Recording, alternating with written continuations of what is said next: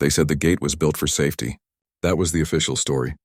It stood tall, made of thick steel bars and wires that gleamed silver under the sun. From far away, it looked like a line between two worlds, one where rules were made, and one where people only followed them. Every morning, a crowd gathered near the checkpoint. Some came to plead for permission to cross. Others just stood there, staring quietly as if hoping the guards would suddenly change their minds. Among those people was a young man who worked with machines. He fixed broken engines and old farming tools, and everyone in the village called him the Fixer. He wasn't rich, but he was steady. Someone who believed that if you worked hard, things would get better. Not far from him lived a woman who taught children under a tree because the local school had no roof. The children adored her. She had a gentle way of speaking that made even the shy ones raise their hands. She believed in books, in questions, and in small acts of kindness. Both of them had the same problem. They needed to go beyond the gate. The man had a cousin who lived across it, where the hospital was. He often sent letters saying the doctors there could help his mother's illness. But letters didn't open gates. The teacher needed books. The good ones, the ones you couldn't find on their side of town. She'd been told there was a library beyond the gate where old books were stored, free to anyone who asked. But anyone didn't include people like her. The gate was guarded day and night by officers in gray uniforms. They weren't cruel, just distant, men who did what they were told. Sometimes they'd laugh among themselves, pointing at the people waiting in line. Other times they'd stand still, eyes hidden behind dark glasses as if they couldn't see the faces on the other side. There were rules written on a large metal board. No entry without permission. No photographs. No gatherings. No exceptions. But everyone knew the truth. Permission was only given to those who had money, power, or someone important to speak for them. Every now and then, someone tried to argue. They'd raise their voice, wave papers in the air, say they had a right to cross. The guards would listen politely, then shake their heads. The person would walk back home in silence, shoulders heavy, eyes empty. The man watched this happen again and again. He never said much, but something inside him began to stir. He didn't want trouble, but he also couldn't accept that a line of metal could decide who lived, who learned and who didn't. One afternoon, he stood near the fence fixing an old motorbike for a traveler. The gate was only a few meters away. Through the gaps he could see the road that led beyond, clean, wide, quiet. He wondered how it felt to walk there without fear. The teacher passed by carrying a bag full of notebooks. She stopped for a moment, watching him work. "You think they'll ever open it for us?" she asked softly. He didn't look up. "Only if they run out of keys," he said with a faint smile. She laughed a little, not because it was funny, but because laughter was easier than hope. As days turned into weeks, more people gathered near the gate. Some came to look for missing relatives, others just to trade stories. The place began to feel like a small market of forgotten dreams. Children played with pebbles while their parents argued with the guards. The air always carried a mix of dust, sweat, and waiting. The teacher sometimes sat with the children, telling them stories to pass the time. She told them about mountains that touched the sky, rivers that never stopped flowing, and doors that opened when people stood together. The children listened wide-eyed, their small faces glowing in the sunset. But not everyone liked that. The guards began watching her closely. One of them told her to move along, that this wasn't a place for stories. She smiled politely and left, but the next day she was back again, this time with even more children. The man noticed. He admired her quiet courage. She wasn't loud or reckless, but her calmness had power. It made people believe they could still hope, even when everything around them said not to. Then one morning, the gate didn't open at all. Usually it opened at sunrise for trucks carrying supplies. But that day the guards kept it shut. People waited for hours under the harsh sun. Some fainted. Others argued. No one explained why. Finally, by afternoon, a guard shouted that there would be no crossings until further notice. No one dared to ask more. They just stood there lost, wondering how long further notice would last. The man walked home that evening, his mind full of questions. Who decided these things? How could a few people hold so much power over so many lives? When he reached home, his mother was coughing again. He held her hand and told her it would be okay, but even he didn't believe it anymore. The next few days passed in strange silence. The gate remained closed and no one knew why. The guards gave no answers and people were afraid to ask too many questions. The whole town seemed to slow down, as if time itself was waiting for something to happen. The man spent most of his time fixing old engines and bicycles, though fewer people came now. Everyone was saving their money, unsure what tomorrow would bring. His tools lay scattered on the wooden table, but his mind was somewhere else. Every time he looked up, his eyes went to the road that led to the gate. The teacher continued her small school under the tree. The children still came, barefoot and curious. Their notebooks were filled with drawings of birds and houses, but now some began drawing the gate too. They drew it as a tall wall with angry lines, sometimes with clouds above it, sometimes with cracks running through it. One day while the children were drawing, a boy raised his hand. "Teacher," he said, "why can't we go to the other side?" The question was simple but heavy. She didn't answer right away. She looked at their small faces, waiting for an honest reply. Finally, she said softly, "Sometimes people forget that everyone has the same right to walk on this earth. Some build walls because they think they own what's beyond them." The boy frowned. "But no one owns the sky," he said. She smiled. "Exactly." The children went back to their drawings, and the teacher sat quietly for a while, lost in thought. She had said those words to give them hope, but she also needed to believe them herself. That evening, she walked past the man's house. He was sitting outside, repairing a lamp with steady hands. She stopped and asked, "You still thinking about the gate?" He looked up and nodded. "It's strange," he said. "We built it, you know. People from this side made the fence, poured the concrete, painted the walls. Now we can't even touch it." She sighed.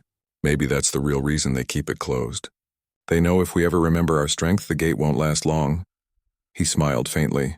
"You sound brave." "I'm just tired," she replied. Tired of waiting. That night, the power went out again. The town was covered in darkness except for the moonlight falling over the fields. From his window, the man could see the shape of the gate far away, a tall shadow cutting through the silver light. It looked peaceful, almost beautiful if you didn't know what it really meant. He sat there for hours, thinking about his mother's sickness and the letters from his cousin across the border. The hospital could save her, but the gate stood between them. He closed his eyes and tried not to be angry. The next morning, something unusual happened. A group of officials arrived in big black cars. They spoke to the guards, took notes, and pointed at the crowd waiting near the gate. Nobody knew what was going on, but people whispered that it might reopen soon. Hope spread quickly. For the first time in weeks, faces lit up again. Some even started lining up early, carrying small bags of food or papers that proved their need to cross. The teacher went too, holding a few notebooks she hoped to deliver to a friend across the other side, a friend who had promised to send back textbooks for her students. She saw the man there as well, standing quietly with a folded letter in his hand. Hours passed, but the cars eventually drove away. The guards returned to their positions, expressionless as always. The gate remained shut. A heavy silence fell over everyone. The man looked at the teacher and shook his head slowly. The crowd began to break apart, disappointment hanging in the air like dust. That night, whispers started spreading. People said the officials didn't plan to open the gate again. Not for weeks, maybe months. Some said it might stay closed forever. Others said the guards were being replaced with machines, gates that opened only with electronic cards. The teacher didn't sleep much that night. She sat by her window staring at the stars. She wondered how something so huge could make people feel so small. The next day, the man came to her with a small notebook filled with sketches, drawings of the gate, the guards, and the people who waited there. "I've been keeping track," he said. "Every day on who comes, who goes, who's turned away. Maybe if we show it to someone, it'll make them see." She took the notebook and turned the pages slowly. Each drawing told a story. A mother carrying a child, an old man holding papers, a boy crying beside a cart. "You did this?" she asked. He nodded. "Someone has to remember." She looked at him for a long moment and then said, "Maybe we can do more than remember." From that day, they began meeting in the evenings with a few trusted people, farmers, workers, mothers, students. They sat together, talking quietly, sharing stories of what the gate had taken from them. One man said his brother was stuck on the other side and hadn't been heard from in months. A woman said she lost her small shop because her supplies were trapped beyond the border. Everyone had something to say, something they had kept inside for too long. They didn't call it a protest. They called it the gathering. Each time they met, more people joined. Some brought candles. Others brought food. The meetings became a space where people finally felt seen. The teacher began writing down their stories, not as complaints, but as memories. "If no one else tells the truth," she said, "we will." The man fixed an old radio so they could listen to news from the city. They hoped to hear something, anything, and about the gate. But the radio stayed silent on that topic, as if their world didn't exist. Still, they kept meeting. One evening, a soft rain began to fall as the group gathered near the old well. The teacher read aloud one of the stories, about a mother who had waited 6 days at the gate praying for her child's medicine. When she finished, no one spoke for a while. The only sound was the rain hitting the ground. Then the man said quietly, "They can control the gate, but not what we feel. Maybe that's where our strength starts." The teacher looked around. Faces that had once looked tired now showed something different. Not anger, but determination. After that, people started helping one another more. They shared food, fixed roofs together, and looked after each other's children. The gate still stood, but it no longer made them feel powerless. One morning, the teacher found a letter slipped under her door. It had no name, just a line written in uneven handwriting. "They built the gate to divide us. But they forgot. We are on both sides." She showed the letter to the man. He smiled and said, "Looks like someone's been listening." A few days later, she started something new. Each afternoon after class, she took her students for a walk near the fields close to the gate. They picked flowers, sang songs, and told stories. The guards sometimes watched them from afar but didn't say anything. One day, one of the children ran toward the fence holding a small wildflower in his hand. Before anyone could stop him, he pushed the flower through the wire and said, "This is for the people on the other side." The teacher's heart softened. The man who was standing nearby smiled quietly. That little act, a child offering a flower through the fence, spread through the town.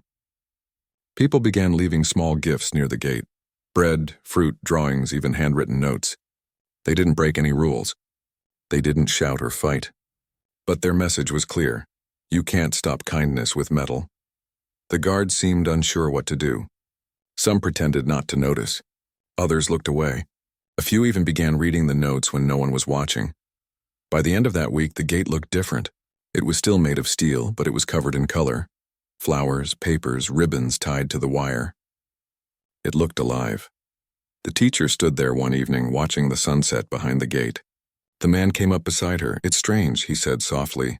"It still stands there, but it doesn't scare me anymore." She nodded. Maybe that's how it starts. Not by breaking it, but by changing what it means. That night, the whole town felt lighter. People talked, laughed, shared stories. For the first time in months, music played from the small tea stall near the square.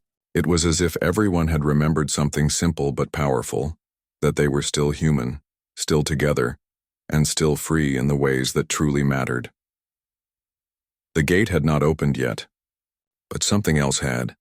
The hearts of the people who had lived too long in its shadow. And far away under the dim yellow lights, even the guards could feel it. Some of them turned their faces toward the sound of laughter echoing through the dark. For a moment, it almost seemed as if they too were waiting for the day the gate would open. Not just for others, but for themselves. The gate stood silent for many weeks. It had become part of the sky now. A long dark line between what people could have and what they could only dream about. Life went on, but something had changed in everyone's eyes. They no longer waited for the gate to open. They started waiting for themselves to act. The man's notebook was now filled with sketches and short notes. Every page carried a story.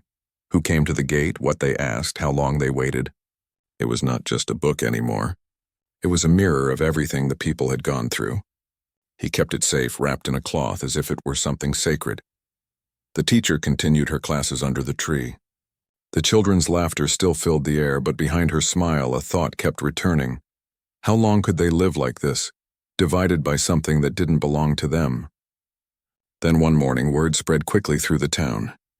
A child had fallen sick, a small boy from the houses near the river. His mother ran from door to door asking for help. The doctor said the medicine was available only on the other side of the gate. The man heard the news when he was repairing a cart near the market. He didn't wait to finish the work. He grabbed his bag and ran toward the gate. When he reached, he found the mother there crying softly, holding the boy in her arms. The guard stood behind the fence watching. "Please," the mother begged. "He just needs medicine. I don't want to cross. Just let me send someone." The guards whispered among themselves, then one of them shook his head. "Orders are orders," he said. "We can't let anyone pass today." People began gathering, drawn by the mother's cries. The teacher came running too. She knelt beside the mother, holding her hand. "We'll find a way," she said, though she had no idea how. The man stepped forward. "What kind of rule stops a mother from saving her child?" he asked quietly. His voice wasn't angry, just tired. The kind of tired that carried truth. The guards looked uncomfortable, but they didn't move. One of them muttered that he was only following rules. The man said nothing more. He just stood there, staring at the cold metal between them. By evening, the boy's breathing had grown weak. The teacher tried everything, calling friends, searching for herbs, praying for help. But nothing worked. The gate remained locked. The boy passed away just before sunset. The town fell silent. No one spoke loudly that night. Doors stayed shut and lights stayed off early. But behind those walls, people cried quietly, not just for the boy, but for everything that had been taken from them, the freedom to move, to help, to live without asking for permission. The next morning, the man walked to the tree where the teacher held her classes. She was already there, sitting still, her eyes red. "We can't let this happen again," she said. He nodded. "Then we won't." That simple exchange became the start of something much bigger. In the days that followed, people began gathering more often. The meetings grew larger, and the stories grew stronger. Someone suggested they hold a small walk to the gate, not to protest, but to remember the child who had died. To place flowers there, to show that their silence had ended, the idea spread quickly. Even those who were afraid began to whisper about joining. "It's not a fight," they said. "It's just a walk for a child." The teacher made small white ribbons for everyone. The man helped build a wooden frame for candles. Children drew pictures of open doors and blue skies. Every family wanted to contribute something. The night before the walk, the teacher couldn't sleep. She kept thinking about what could happen, whether the guards would stop them, whether people would lose hope again. But then she looked out of her window and saw small lights glowing across the town, people lighting candles in quiet corners, practicing courage in silence. The next morning, the sun rose clear and gold. The whole town seemed to move together. Old men, mothers, workers, and children, all dressed simply, many holding flowers or photos. No one shouted, no one carried signs. They just walked. The man led the way, holding a small shoe in his hand, the same size as the one the lost child used to wear. Beside him, the teacher walked quietly, her students following close behind. The air was still, almost sacred. When they reached the gate, the guards were already there. Their hands tightened on their belts, unsure what was about to happen. The crowd stopped a few steps away. For a moment, there was only silence. Then the man stepped forward. He placed the small shoe at the bottom of the gate and said softly, "No one should lose a life because of a wall." The teacher placed her flowers beside it. Soon others followed, one by one, laying candles, ribbons, drawings, and words. The ground was soon covered with color and light. The guards didn't speak. Some looked down. Others shifted their weight uncomfortably, perhaps feeling something they couldn't admit. No one crossed the line that day. No one shouted or broke anything. They simply stood together, men, women, and children, facing the gate that had ruled their lives for so long, and for the first time, the people weren't the ones waiting. The silence belonged to the guards. After a few minutes, a small sound broke the stillness. A child began humming a song, one the teacher often sang during her lessons. Others joined in softly. The melody spread through the crowd like a wave. Even those who didn't know the tune began to hum. It was not a protest song. It was a song of remembrance and of quiet strength. By the time the sun began to set, the gate was glowing with the light of hundreds of candles. The crowd slowly turned and walked back, leaving behind their message in silence. That night, no one in town slept early. People sat outside their homes, talking quietly. They felt something new, not victory, but awakening. The teacher wrote in her notebook, "We didn't break the gate, but we broke our fear." The man added, "And now they know. We're not just faces waiting to be allowed in. We are voices that can no longer be ignored. The next morning, something unusual happened. When the first few people walked to the gate, they saw that the candles were still burning. The guards hadn't removed them. In fact, someone had added new ones during the night. No one knew who did it, but that small act gave everyone hope. From that day, the gatherings continued. Every week, people came to the gate not to demand, but to remember. Some brought music, others stories. They called it the Walk of Light. Slowly, things began to shift. The guards spoke less harshly. Sometimes they nodded at familiar faces. Sometimes they even helped clear the area after the gatherings. The man noticed it first, the quiet change. He said to the teacher one evening, "Maybe they're starting to see us not as troublemakers, but as people." She smiled faintly. Maybe they've always known. They just needed to be reminded. More letters started arriving from the other side. Families who had crossed long ago sent messages of support. Someone even sent pictures of children holding candles just like theirs. The movement was spreading quietly, not through shouting, but through hearts that refused to stay divided. The man and the teacher never claimed to be leaders. They never gave speeches or stood on platforms. They just kept showing up, reminding everyone why they had started, because of one child and the many who still needed hope. Weeks later, during one of the gatherings, a new guard approached them. He looked nervous, young, unsure of his words. "I wasn't here before," he said softly, "but my mother lives on your side. I just wanted to say, I understand." The teacher looked at him kindly. "That's all any of us ever wanted, to be understood." He nodded, then turned away quickly before anyone could see his eyes. That night, when the man walked home, the air felt lighter. The gate was still there, but it no longer looked like an enemy. It looked tired, like something that knew its time was ending. In the distance, he could hear the faint hum of people singing near the tree. The same song that had started that day at the gate. He smiled to himself. The spark had been lit, not in anger, but in unity. And though the gate still stood tall, everyone in town now knew a simple truth. One small act of courage, even if it begins with just a flower or a song, can move walls that seemed unshakable. The days after the first gathering were unlike any the town had seen before. There was a quiet energy in the air, something that made even the mornings feel different. People walked with purpose. Strangers greeted each other like friends, and every time someone passed by the gate they slowed down, not out of fear anymore, but out of quiet pride. The gate hadn't opened, but it also hadn't stopped them. That alone felt like victory. The man continued to sketch in his notebook. Now it was filled not with sadness, but with drawings of people standing together. The teacher collected stories from the families, writing about their courage, their memories, and their hopes. It became a kind of living record, proof that they had not given up. The guards, too, seemed to have changed. They no longer shouted or ordered people to move away. Some even nodded politely when children placed flowers near the fence. The distance between both sides was still there, but something invisible had softened. One evening, as the sun dipped behind the hills, a group of elders called for a meeting under the big tree. Word spread quickly, and soon the whole town gathered. The teacher stood beside the man as everyone waited to hear why they had been called. An old farmer spoke first. His voice was rough from years of shouting over the wind. "We have waited long enough," he said.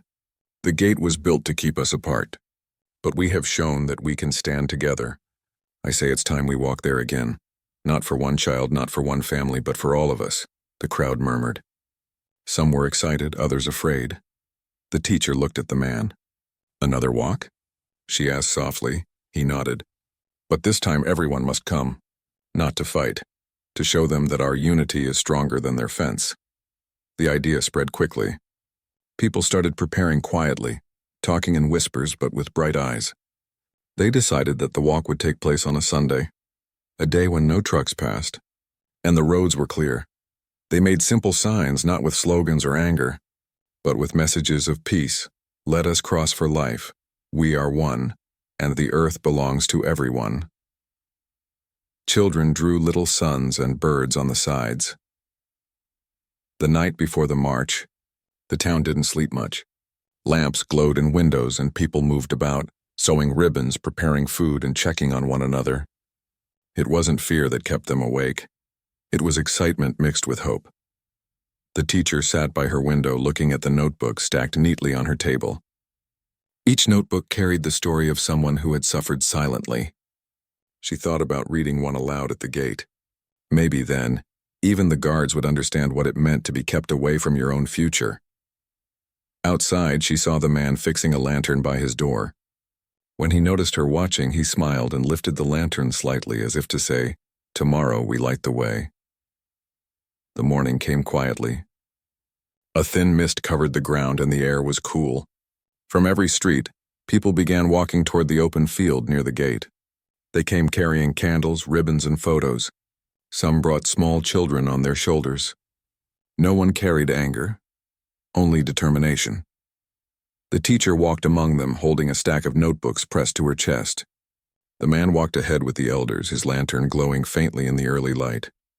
As they neared the gate, the mist began to clear. The guards could see the crowd approaching, a sea of calm faces stretching farther than they expected. They shifted nervously, whispering into their radios, waiting for instructions, but the people didn't rush. They moved slowly like a quiet river, steady and unstoppable. When the first line reached the gate, the man stepped forward. He looked at the guards and said calmly, "We come to remember, not to harm." The guards hesitated. They weren't trained for silence this heavy, this powerful. One of them raised a hand, perhaps to warn them to stop, but the crowd was already still. The teacher moved forward and placed one of her notebooks at the base of the gate. "This holds our stories," she said softly. "You can read them if you wish. They're not against you. They're about us." One by one, people came forward, leaving flowers, pictures, and small gifts. Someone began humming the same song they had sung before, and soon hundreds of voices joined. The melody floated through the air, gentle and pure. The guards lowered their heads. Some looked moved, others confused. None of them spoke. Then something unexpected happened. A group of people who lived on the other side of the gate, workers, families who had heard about the movement, began approaching from the far road. They too carried flowers and candles. The guards turned, startled. For a long moment, both sides simply looked at each other through the fence. And then, as if by silent agreement, they all began placing their candles at the same time, one on each side of the gate. Light met light through the metal bars. The man felt tears in his eyes. He turned to the teacher and whispered, "Do you see it?" "The gate looks smaller now," she nodded. "It's because we're seeing what's beyond it, not what's blocking it." People stayed there for hours. They sang, they shared food, they told stories to the ones across the fence. The guards didn't interfere. They just stood quietly, watching something they couldn't stop, something too human to control. As the sun rose higher, a soft breeze began to blow, carrying the smell of flowers and warm bread. Children laughed. Someone played a flute.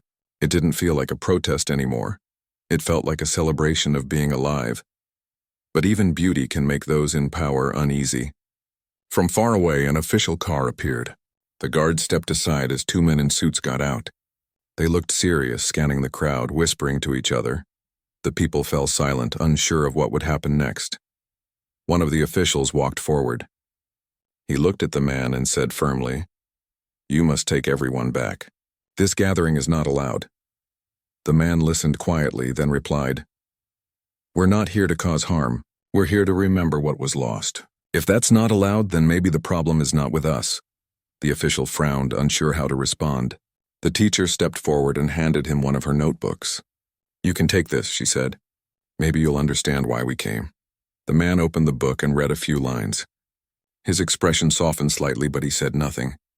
He handed it to the other official and turned back toward his car. No one moved until the vehicles disappeared down the road. Then slowly people began to clap, not loudly but with warmth. It was not a victory cheer. It was gratitude for being heard, even for a moment. By evening, the crowd began to return home. But something lingered in the air, a quiet strength that no one could name. The gate still stood, but it no longer looked like a wall. It looked like a mirror, reflecting the courage of those who stood before it. That night, the teacher sat with the man near the well. The stars were bright and the sound of distant laughter echoed through the town. "Do you think they'll listen now?" she asked.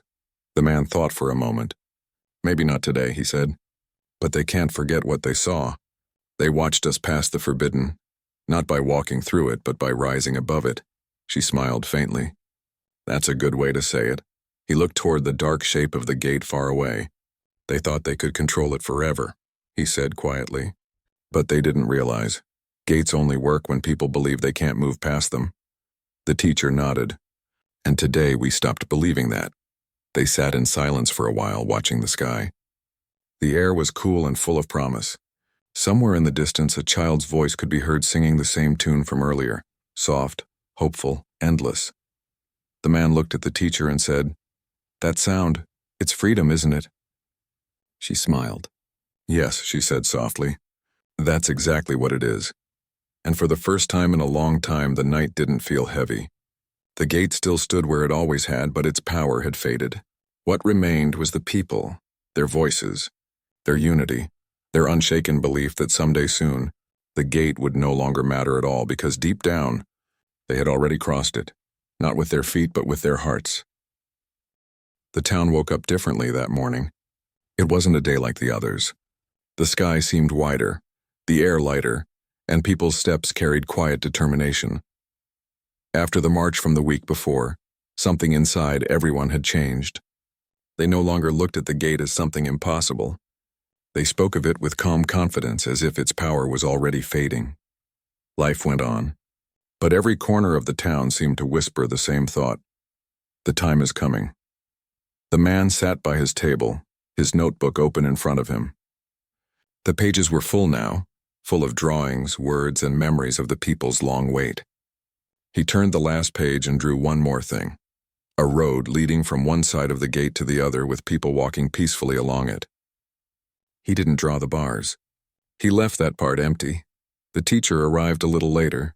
She carried her notebooks as always, though now they were no longer only lessons. They were proof of everything the people had been through. She sat down beside him, looked at the drawing, and said, "That road looks real." He smiled. "Maybe it will be." Rumors had begun to spread again. Whispers that the gate might reopen soon. No one knew for sure. Some said officials were debating it, others said it was just talk. But the people didn't wait for orders anymore. They had learned something stronger than permission: self-belief. That afternoon, the teacher gathered the children near the big tree for class. The sun was warm, and the air smelled of dust and bread. She asked them to write down what freedom meant to them. Some wrote about birds, some wrote about running without being stopped. One small girl wrote, "Freedom is when my father can go and come back home any day."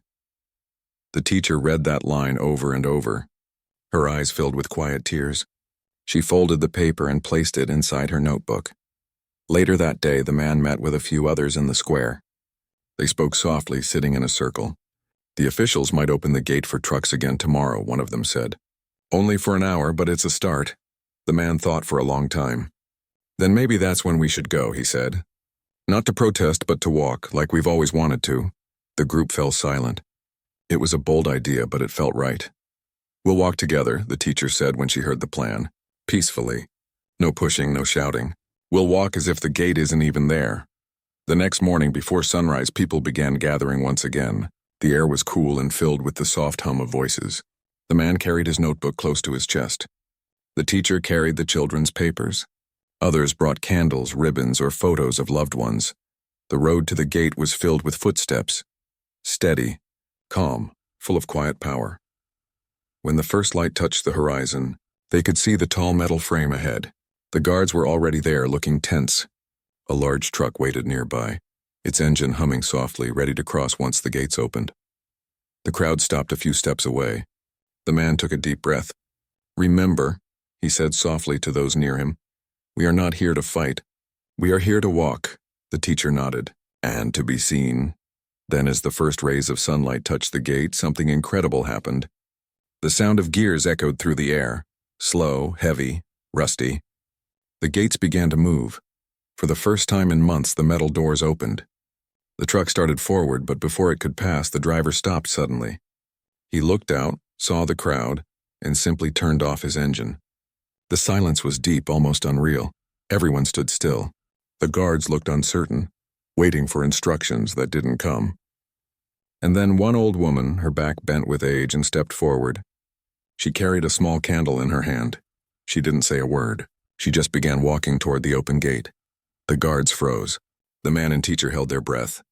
The woman's steps were slow but steady. When she reached the gate, she stopped, looked at the crowd behind her, and whispered, "We've waited long enough." Then she walked through.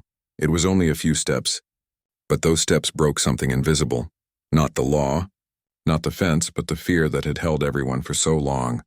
One by one, others began to follow, quietly, carefully, but with unshakable hearts. The guards didn't move.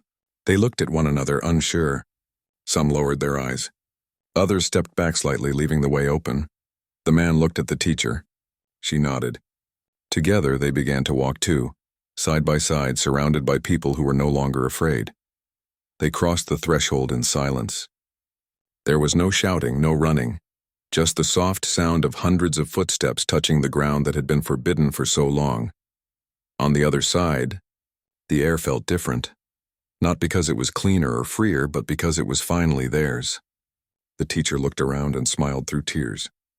"It feels like the same earth," she said, "but it doesn't hurt to stand on it anymore." The man looked at the notebook in his hands. "Maybe that's what freedom really is," he said. "The same place, but a different heart." The crowd spread out gently, placing flowers along the road, lighting candles on the ground. No one shouted victory. No one waved flags. It wasn't about winning. It was about remembering. The guards stood quietly on their side, watching. One of them, a young man who had joined recently, took off his cap and placed it against his chest. He didn't stop them. He just watched with eyes full of emotion. Some people cried. Others laughed softly. Children ran ahead, chasing each other in the sunlight, their laughter echoing through the open space.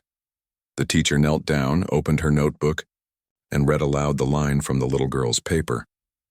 "Freedom is when my father can go and come back home any day." Everyone around her fell silent. The words carried through the wind, simple and pure. The man turned toward the guards and said quietly, "We're not crossing to escape. We're crossing to live." For a long time, no one spoke. Then the sound of clapping began, soft at first, then growing louder. It came not from the crowd, but from behind the fence. The guards were clapping. The people looked at them in surprise. The man's eyes met one of the guards. There was no anger there, only understanding.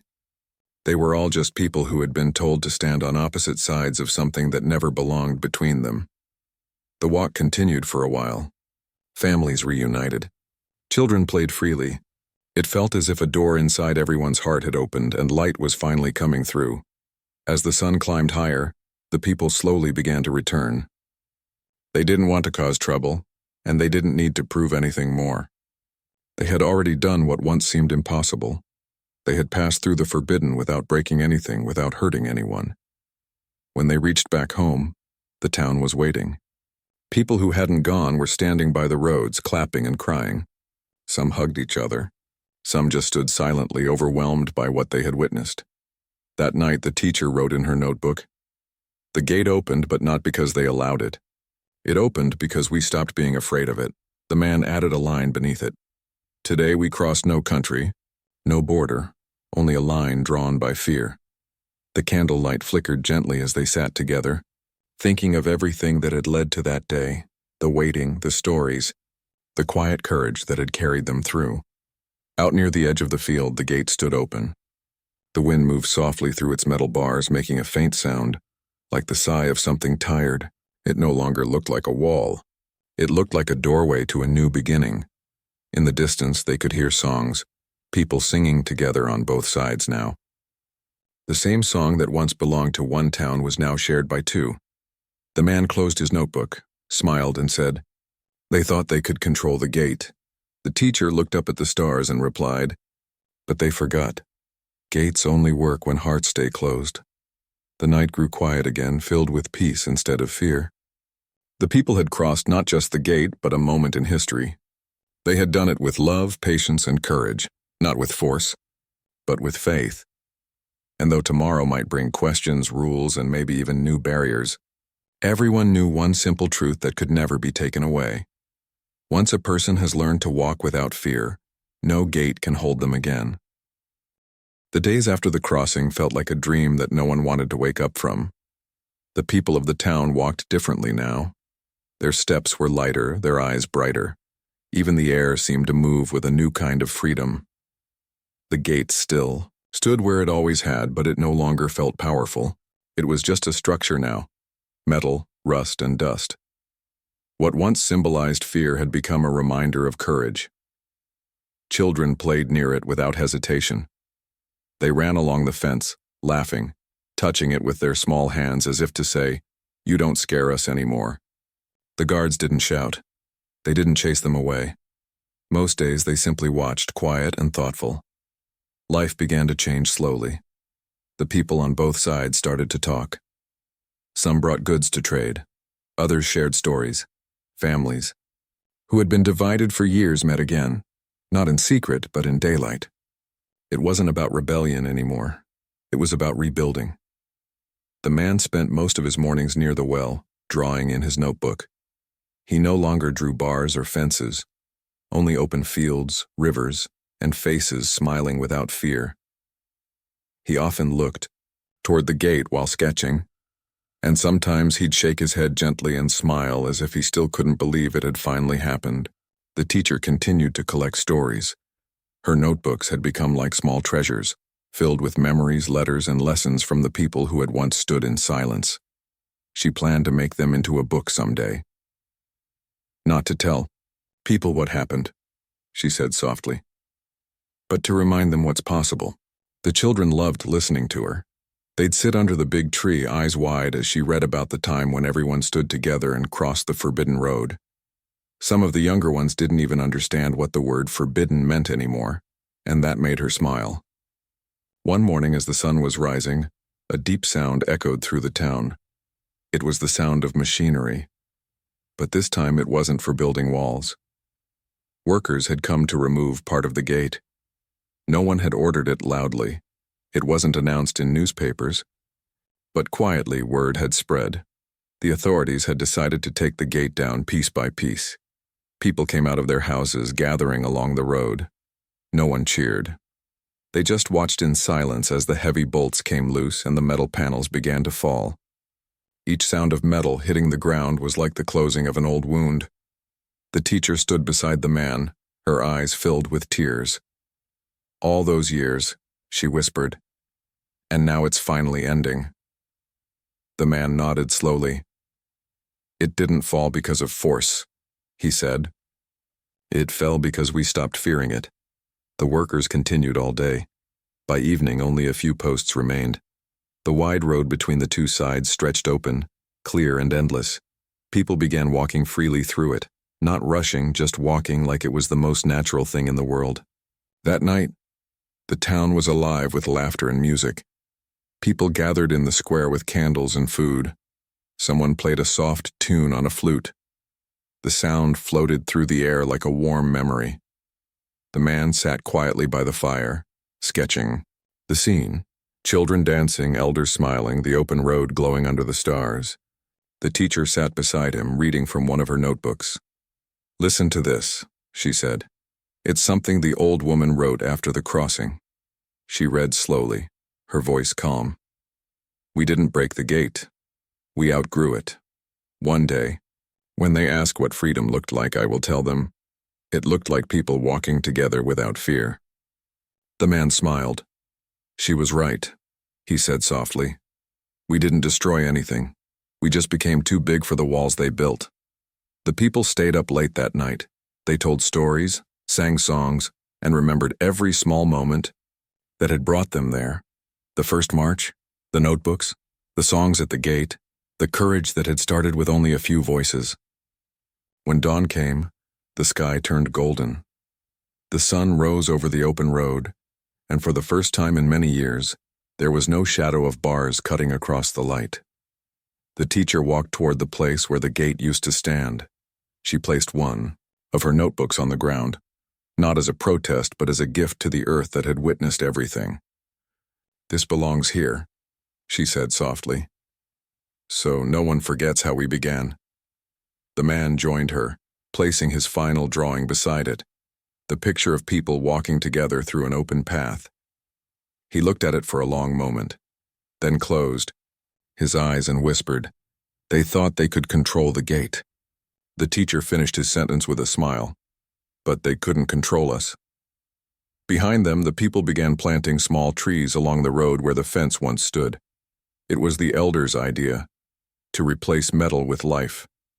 Soon, the empty space was lined with green saplings, each one standing for a person who had once waited, dreamed, or believed. Over time, those trees grew tall. Their branches reached across the road, intertwining until it was hard to tell which side they came from. The wind moved through the leaves softly, carrying the sound of laughter, music, and peace. Years passed. The notebooks became a book. The man's drawings hung in a small room near the square, a place where travelers could come and see how the people had once stood against silence. Children still asked questions. Why did they build the gate? Why couldn't people cross before?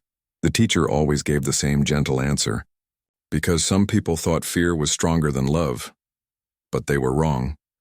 And every time she said that, she looked out at the open road, now filled with life and movement, and smiled. The man grew older, his hair turning white, but he never stopped sketching. One evening, as the sun was setting, he sat by the road watching the trees sway. A young boy came up to him and asked, "Were you there when they crossed the forbidden?" The man smiled. "Yes," he said softly. "I was there." "What did it feel like?" the boy asked. He looked at the horizon for a moment and replied, "It felt like breathing for the first time, like remembering that the world belongs to all of us." The boy nodded, though he didn't fully understand. But one day, he would. As night fell, the stars appeared one by one. The teacher and the man sat side by side, watching the glow of lanterns down the open road. The air was peaceful. No shouting, no fear, no gates. The teacher whispered, "Do you think they'll ever build another one?" The man smiled gently. "Maybe someone will try," he said. "But they'll never make it strong enough. Once people have seen what's beyond the wall, they can't go back to pretending it doesn't exist." They sat there quietly, listening to the wind. The trees rustled softly like the sound of pages turning, the pages of a story that would be told again and again. A story not about anger, but about courage, not about breaking barriers, but about walking past them. And as the stars shone brighter above, the words of the old woman came back to them, the words that had started everything. "We didn't break the gate. We outgrew it." That was the truth that would live forever, whispered in songs, written in books, drawn in the hearts of the people who once believed that a wall could stop them. It never could. Because long after the metal rusted away, the spirit that crossed the forbidden kept walking, free, fearless, and endless.